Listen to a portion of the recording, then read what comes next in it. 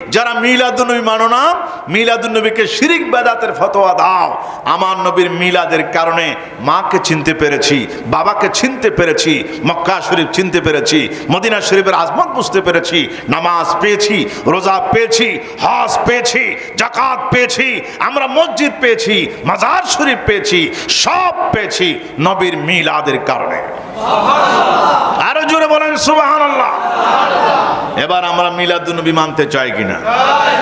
এবার একটা স্লোগান দেব মিলাদুন্নবী, নারায়ে তাকবীর,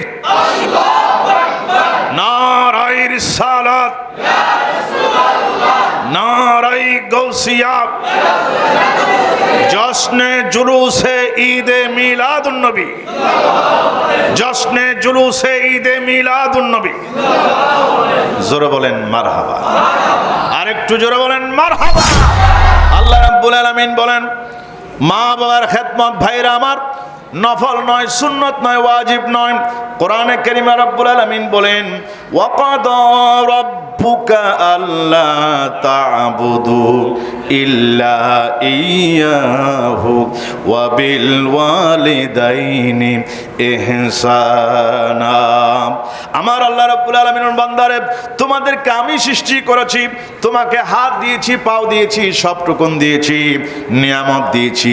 এই সব নিয়ামত দিয়েছি আমি আল্লাহ রাব্বুল আলামিনের দাসত্ব করার জন্য, আমি আল্লাহ পাকের গোলামি করার জন্য, নামাজ পড়ার জন্য, রোজা রাখার জন্য, হজ করার জন্য, যাকাত দেওয়ার জন্য, আর আমার নবীকে সম্মান করার জন্য, নবীর উপর দরুদ শরীফ পড়ার জন্য, মিলাদ কিয়াম সালাতু সালামের জন্য, এইরকম করে মজলিস করে আল্লাহ রাব্বুল আলামিনের জিকির করার জন্য, আর আমার নবীর মিলাদ করার জন্য সৃষ্টি করেছি।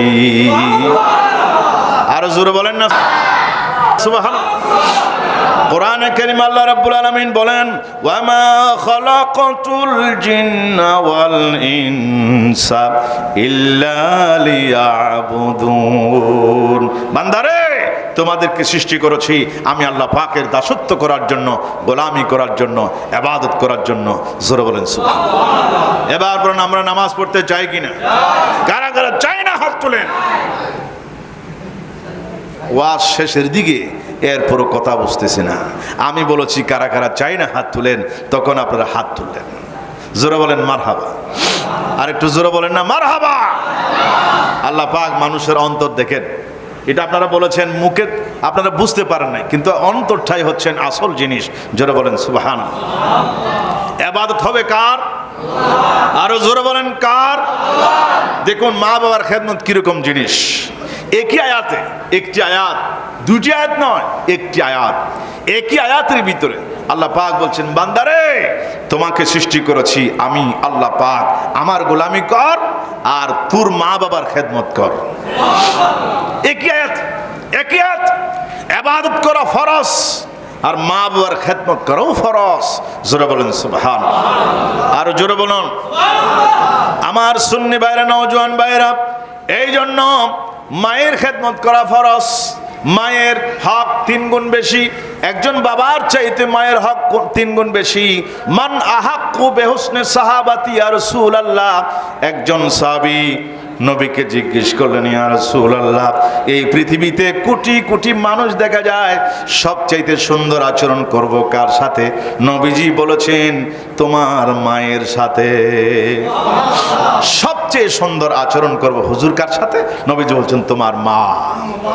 সুম্মা মান, অতঃপর কার সাথে? নবীজি বলছেন তোমার মা। সুম্মা মান ইয়া রাসূলুল্লাহ, অতঃপর কার সাথে? তোমার মা। 3 বার বলেছেন মা, মা, মা। সুম্মা মান ইয়া রাসূলুল্লাহ, সুম্মা আবুকা, অতঃপর তোমার বাবার খেদমত করবে। জোরে বলেন সুবহানাল্লাহ। কয় গুণ বেশি? 3 গুণ। জোরে বলেন কয় গুণ বেশি? 3 কারণে 3 গুণ বেশি। আমার ভাইরা গভীর মনোযোগ। কিছুক্ষণ পর মাহফিল শেষ হয়ে যাবে। বাড়ি যাওয়ার আগে, মসজিদ থেকে বের হওয়ার আগে, যখন বাড়ি পৌঁছে যাব, বাড়ি যাওয়ার আগে আল্লাহ রাব্বুল আলামিন মিলাদুন নবীর মাহফিলে এত কবুল করেন, পছন্দ করেন, বাড়ি যাওয়ার আগে আমাদের গুনাহ মাফ করে দিবেন। এই জন্য জন্য সুন্নি ভাইরা সব সময় মায়ের জন্য বাবার জন্য দোয়া করবেন। কি দোয়া করবেন? সেই দোয়া আল্লাহ রাব্বুল আলামিন শিখিয়ে দিলেন, রব্বির হামহুমা কামা রব্বায়ানি সগীরা, রব্বির হামহুমা কামা রব্বায়ানি সগীরা। জোরে বলেন সুবহানাল্লাহ। মায়ের হক 3 গুণ বেশি, তার কারণ 3টা কারণ আছে।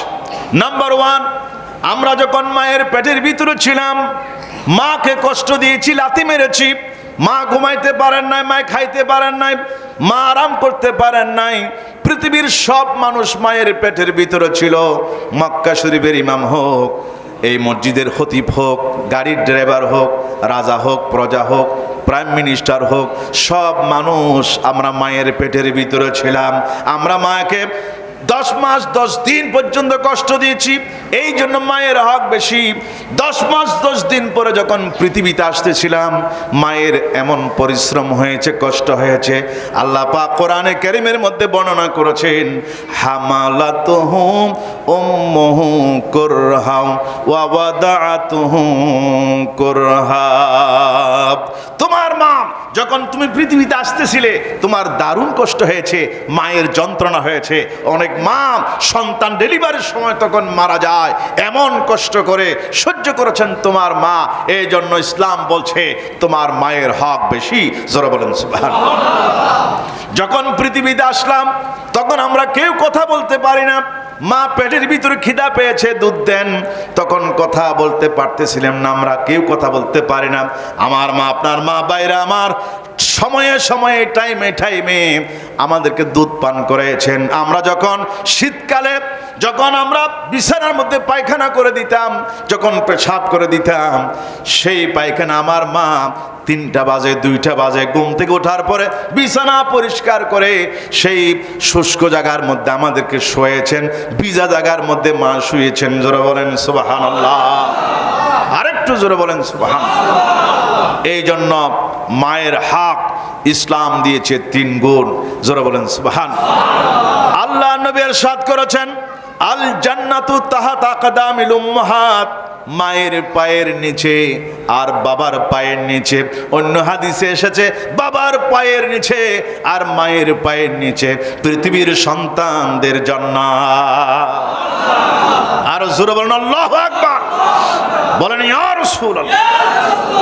এই হক পৃথিবীর কোন ইহুদি, কোন নাসারা, আমেরিকা দিতে পারে নাই, রাশিয়া দিতে পারে নাই, জাপান দিতে পারে নাই। এই মায়ের হক, বাবার হক প্রতিষ্ঠিত করেছেন হায়াতুন নবী, কামলিওয়ালা নবী।